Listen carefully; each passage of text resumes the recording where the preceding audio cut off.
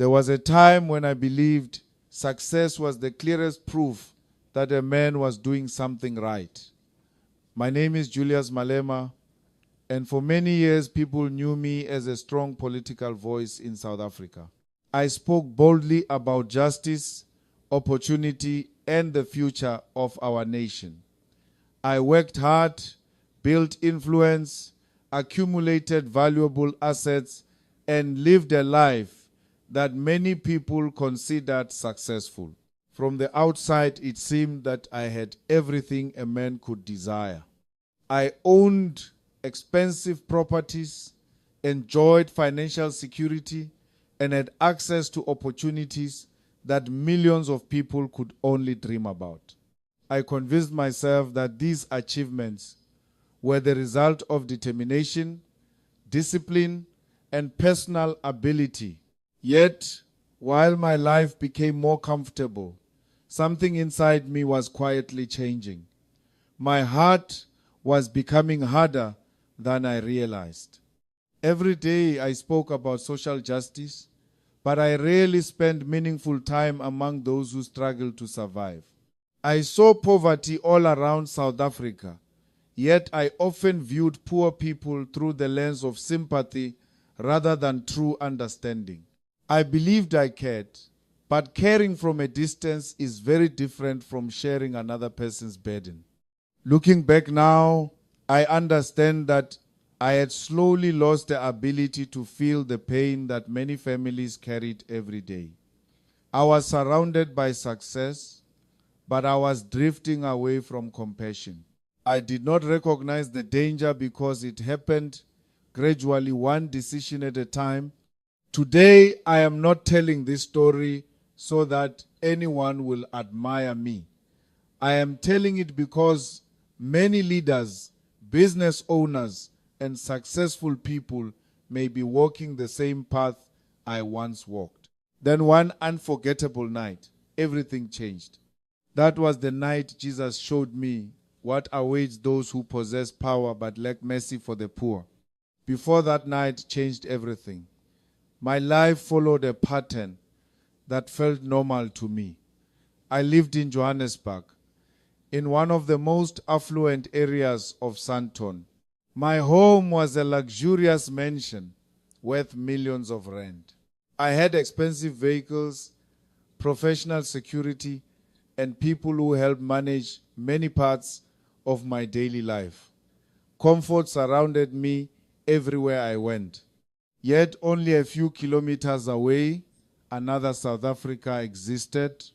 In Alexandra Township, countless families struggled every day. Many lived without reliable electricity. Others lacked clean water. Unemployment remained a constant burden, especially among young people searching for opportunities that never seemed to come. Economic reports regularly highlighted the severity of the problem, but statistics are easy to ignore when they remain numbers on a page. The truth is that I rarely allowed myself to see the full reality behind those numbers. I would pass through poor communities on official visits. I would hear reports. I would attend meetings. I would discuss policies. But then I would return to my comfortable surroundings and continue with my life. Deep down, I believed I had already done enough. Whenever I saw poverty, I assumed the responsibility belonged to governments, organizations, or society as a whole. I did not ask what responsibility belonged personally to me. I never questioned whether God expected more than speeches and promises. Looking back now, I understand that indifference does not always appear as cruelty. Sometimes it appears as comfort. Sometimes it hides behind good intentions. Sometimes it convinces you that awareness alone is the same as action. I thought I understood the struggles of ordinary people. I was wrong. And while I continued living my successful life, completely unaware of what was coming, God was preparing a lesson that would transform everything I believed about wealth, leadership, and compassion. I had no idea that the most important night of my life was only days away. The night that changed my life began like any other. I had spent a long day working in Johannesburg. Meetings had stretched from morning into evening. By the time I returned home, I was exhausted. After a simple meal, I went to bed expecting nothing unusual. My mind was occupied with the normal concerns of leadership, politics, and responsibilities. Sometime around 1 o'clock in the morning, something happened that I still struggle to explain fully. I suddenly became aware that I was no longer experiencing the world in the normal way. It felt as though I was leaving my physical body behind.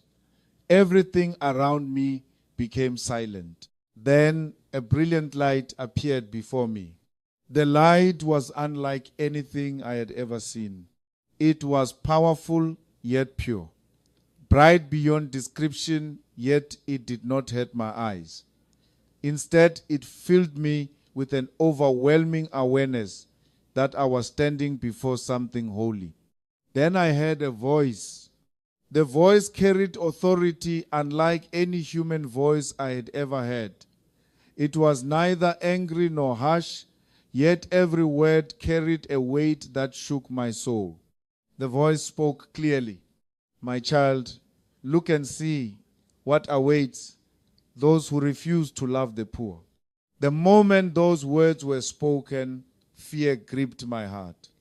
I knew this was not an ordinary dream. I knew I was being shown something important. At first, I wanted to look away. Every part of me felt uneasy. Yet the voice compelled me forward. There was no force, no threat, and no coercion. There was simply an undeniable certainty that I needed to see what was about to be revealed. The brilliant light began to fade from my view. Darkness slowly emerged, a darkness deeper than anything I had ever witnessed before. Then the scene started unfolding before my eyes. What I saw next would haunt me for weeks, challenge everything I believed about success, and force me to confront the condition of my own heart. It was only the beginning. As the darkness surrounded me, I found myself looking into a vast abyss that seemed to have no end. There was no light there, no comfort, no peace. Only a terrible emptiness filled with cries of suffering. The sounds echoed endlessly. They came from every direction at once. Some were cries of regret, some were desperate pleas for mercy. Others were expressions of sorrow so deep that words could barely describe them. I stood frozen. Then I began to see faces. To my shock, many of those faces belonged to people who had once been powerful. Some had been politicians, others had been wealthy business leaders, some had enjoyed influence over the lives of millions. During their time on earth, they were respected, feared, admired, and followed. Yet none of those things mattered where they were now. Their money was gone, their titles were gone, their power was gone. All that remained were their souls and the consequences of how they had lived. What disturbed me most was the punishment they endured. They suffered from an unbearable thirst that never ended. Again and again, they saw water in the distance. Clear water, refreshing water, water that seemed close enough to touch, yet every time they reached for it, it disappeared. The same thing happened with food. They could see it, they could smell it, but they could never take a single bite. The torment was not merely physical. It was deeply personal. Each person was forced to relive moments from their earthly life, They saw the poor people they had ignored. They heard the cries they had dismissed. They remembered every opportunity they had been given to show mercy and every excuse they had used to avoid doing so. The suffering came from knowing that they could have chosen differently. One after another, sins replayed before them. A hungry family turned away. A struggling widow forgotten. A child left without help. A desperate worker ignored. Every memory became a source of endless pain. As I watched, a terrifying realization entered my heart. I was not being shown these things for entertainment. I was being warned. Suddenly, I began examining my own life. How many times had I walked past suffering without truly seeing it? How many opportunities had I missed because I was focused on protecting my comfort? How many people had I spoken about without actually listening to them? The question struck me with overwhelming force. What if my path continued unchanged? For the first time in many years, I felt genuine fear. Not fear of losing money, not fear of losing influence, not fear of political defeat. I feared standing before God and realizing that I had wasted the resources He entrusted to me. My entire body trembled. And then the vision became even more personal. Among all those suffering souls, one particular figure stepped forward from the darkness. What happened next would remind me of a story from Scripture that I had heard many times before, but never truly understood. The figure slowly emerged from the shadows. At first, I could not see his face clearly. I only noticed that he was dressed in an expensive suit. Even in that place of suffering, there were signs that he had once been a man of great wealth and influence. As the scene became clearer, I understood who he represented. He was a leader, not necessarily one specific person, but a reflection of many powerful men who had spent their lives accumulating possessions while ignoring the cries of those around them. I watched as moments from his earthly life appeared before him. He owned numerous businesses. He possessed valuable properties. His wealth continued to grow year after year. People admired his success. Many envied his lifestyle. Yet every day, poor people came to him seeking help. Some needed food, some needed medicine, some needed work, some simply needed someone to care.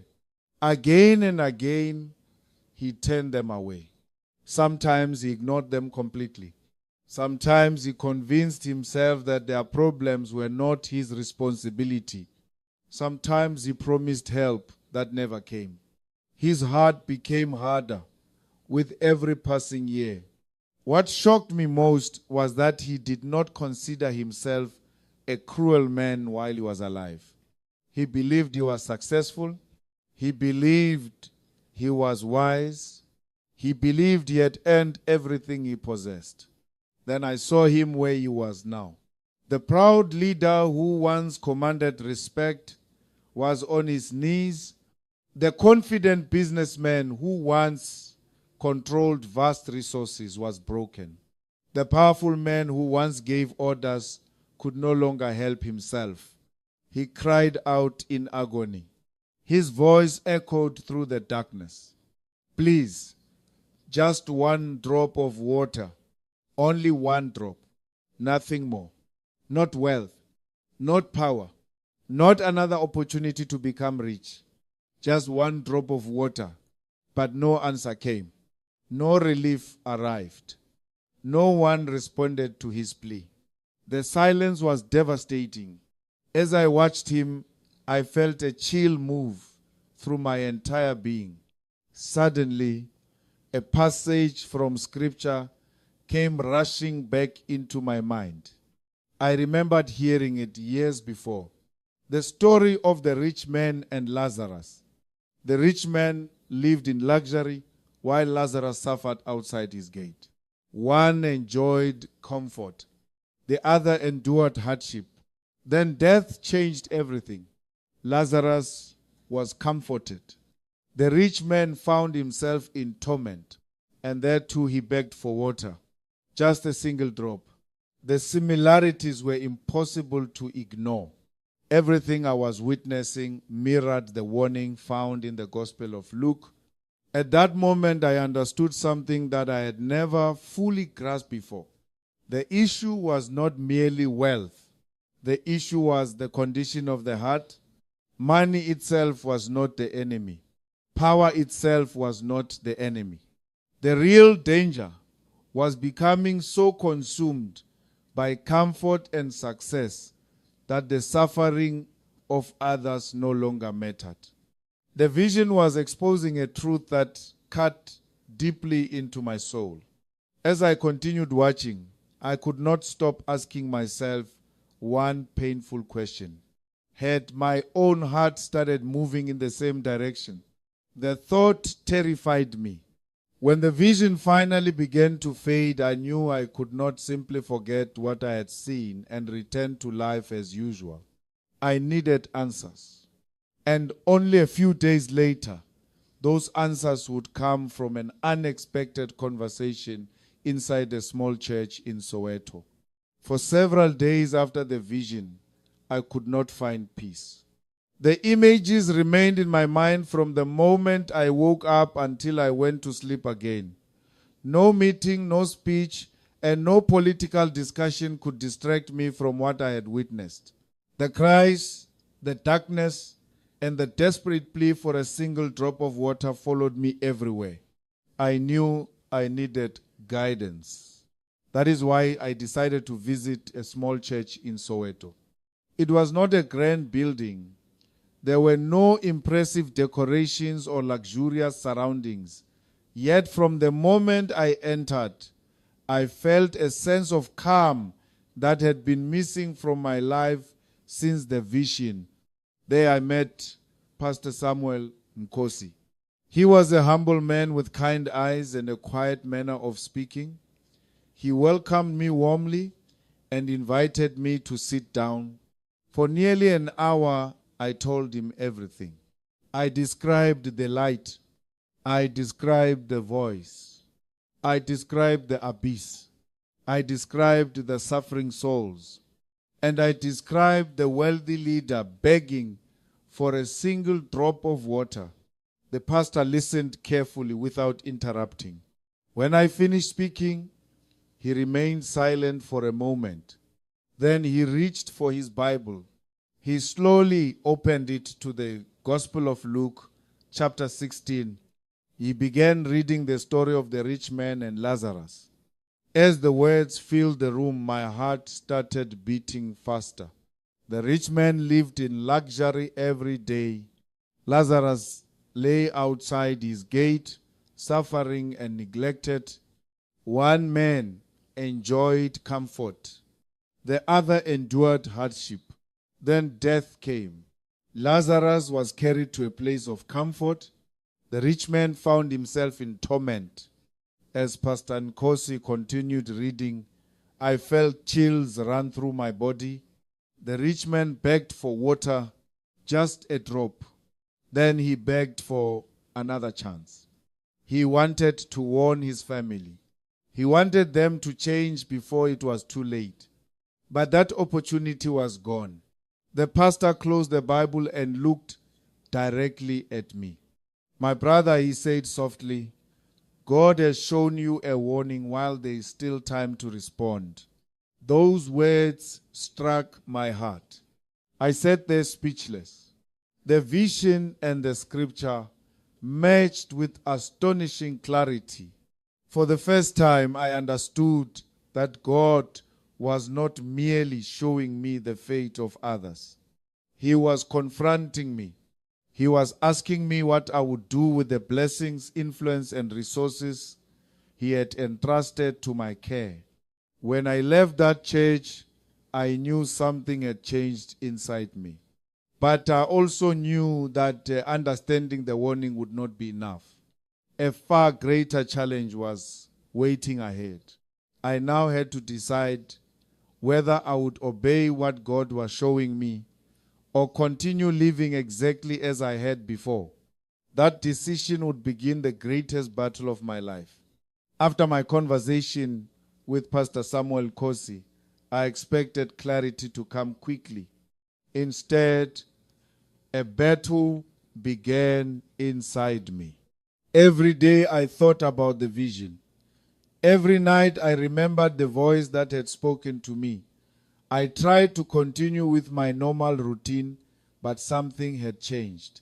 The things that once occupied my attention no longer felt as important as they had before. For weeks, sleep became difficult. Whenever I closed my eyes, I saw the faces of people living in hardship.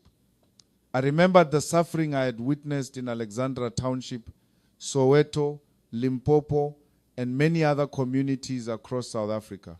I could no longer pretend that their struggles were distant problems belonging to someone else. One question kept returning to my mind. If I died today, what would I say when I stood before God? The question followed me everywhere. It followed me into meetings. It followed me during travel. It followed me when I sat alone in silence. Eventually, I decided to examine my life honestly. I reviewed everything I owned. I looked at my investments. I looked at my savings. I looked at my properties. I looked at the mansion that represented the greatest symbol of my personal success. The numbers were significant. The assets were valuable. Many people would have considered them proof that I had achieved everything a man could hope to achieve. Yet as I looked at them, another thought entered my heart. How much of this do I truly need? That question frightened me. Part of me wanted to hold on to everything. I thought about financial security. I thought about the future. I thought about the comfort that wealth provided. A voice inside me argued that I had earned these things through years of effort and sacrifice. But another voice kept returning. It was not loud. It was not aggressive. Yet it remained persistent. I felt God asking me a simple question. What is the purpose of wealth if it never becomes a blessing to those who are suffering? The struggle became intense. Some days I convinced myself that I could make only small changes and continue living as before. Other days, I felt strongly that God was calling me to do something much greater. The conflict continued for many weeks. Then one morning, while sitting alone and reflecting on everything I had seen and heard, I finally understood what I needed to do. The answer was clear. It was also terrifying, because the decision God was placing before me would shock my friends, surprise my colleagues, and completely alter the direction of my life. And once I made that decision, there would be no turning back. The morning I made my decision felt different from every other morning. For weeks, I had wrestled with fear, doubt, and uncertainty. I had tried to find a comfortable middle ground between obedience and self-preservation. But deep inside, I knew that God was not asking me for a symbolic gesture. He was asking for something real. I could no longer ignore it. So I made a decision that shocked everyone around me. I put my largest mansion up for sale. The property that had become a symbol of success was no longer something I wanted to hold on to at all costs. Soon afterward, I began liquidating several luxury assets that I had accumulated over the years. Expensive possessions that once seemed important suddenly felt insignificant when compared to the suffering of people I had seen. I also redirected personal investments and retirement funds toward community support projects. The reaction was immediate. Some friends thought I had lost my mind. Others warned me that I was destroying my financial future. A few people suggested that I was acting out of emotion and would eventually regret my choices. They could not understand why anyone would voluntarily surrender so much wealth. To be honest, there were moments when I questioned myself as well. But every time doubt appeared, I remembered the vision. I remembered the cries. I remembered the rich man begging for a single drop of water. And I remembered the question God had placed in my heart. What are your possessions for if they never become a blessing to others? As resources became available, projects began taking shape. Families received safe housing. Clean water wells were constructed in struggling communities. Educational support programs opened doors for children who had previously seen very little hope for the future. Vocational training initiatives helped people develop practical skills that could create lasting opportunities. What amazed me most was not the scale of the projects. It was the change taking place inside me. For years, I had believed that peace came from financial security. I had believed that comfort came from having more. Yet, after letting go of so much, I experienced something I had not felt in a very long time. Peace. Real peace. Not the peace that comes from wealth. Not the peace that comes from status. But the peace that comes from knowing you are finally obeying what God has placed before you. And that peace would lead me into an even deeper transformation. Because I soon realized that helping the poor from a distance was not enough. God wanted me to do something more difficult. He wanted me to truly know them. After selling properties, funding community projects, and redirecting much of my personal wealth, I initially believed I had done what God was asking of me. But I was wrong. One day, while reflecting on everything that had happened, I sensed another lesson forming in my heart. It was as if God was showing me that generosity alone was not enough. Writing checks and funding programs could help people, but it could not replace understanding them.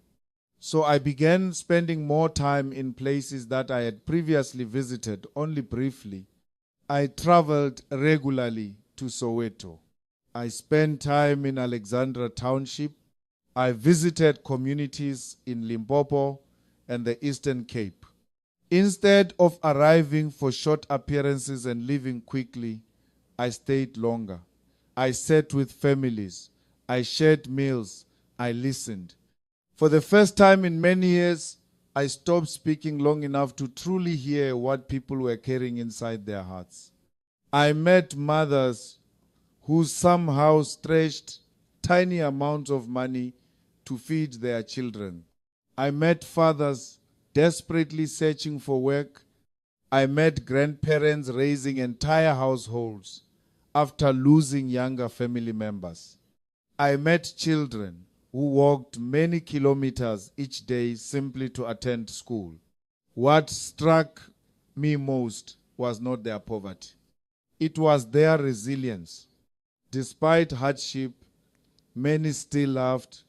Despite uncertainty, many still hoped. Despite disappointment, many still believed that tomorrow could be better than today. I realized how wrong I had been. Poor people do not need pity. Pity looks down on people. They need respect. They need opportunity. They need leaders willing to listen before speaking. The more time I spent among these communities, the more my understanding of wealth changed. I had once measured wealth by bank accounts, investments, and property. Now I began measuring it differently. A mother who sacrificed everything for her children possessed a form of wealth that money could never buy. A family that shared their last meal with a neighbor possessed a richness many millionaires never discover. A community that stood together during hardship possessed something more valuable than luxury. Ironically, the people I thought I was helping ended up teaching me. They taught me gratitude. They taught me humility. They taught me that dignity cannot be purchased. Most importantly, they taught me that true wealth is not found in what we keep for ourselves. It is found in what we are willing to give away. By then, I understood something that every leader needs to hear. And it is the lesson I want to share before this story comes to its conclusion. The longer I reflected on everything that had happened, the more clearly I understood the lesson God was teaching me. For many years, I had believed that leadership was measured by influence. I believed success was measured by achievements. I believed power was measured by how many people listened when you spoke. But after the vision, after the warning, and after spending time among ordinary families struggling to survive, I discovered something entirely different. Power cannot save your soul. Money cannot save your soul.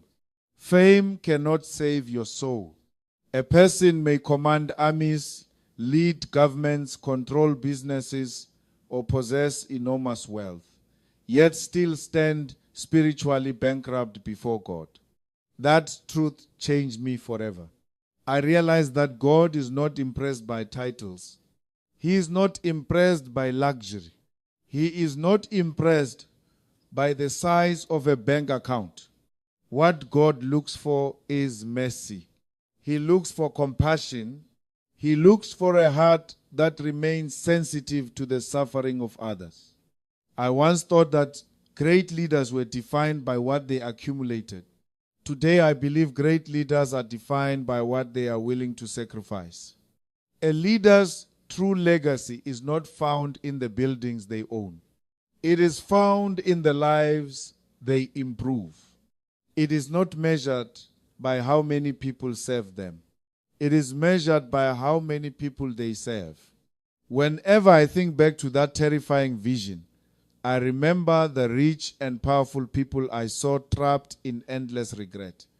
None of them were begging for more money. None of them were asking for another business opportunity. None of them wanted a larger estate or greater influence. They wanted another chance. Just one more opportunity to show kindness. Just one more opportunity to help someone in need. Just one more opportunity to obey God.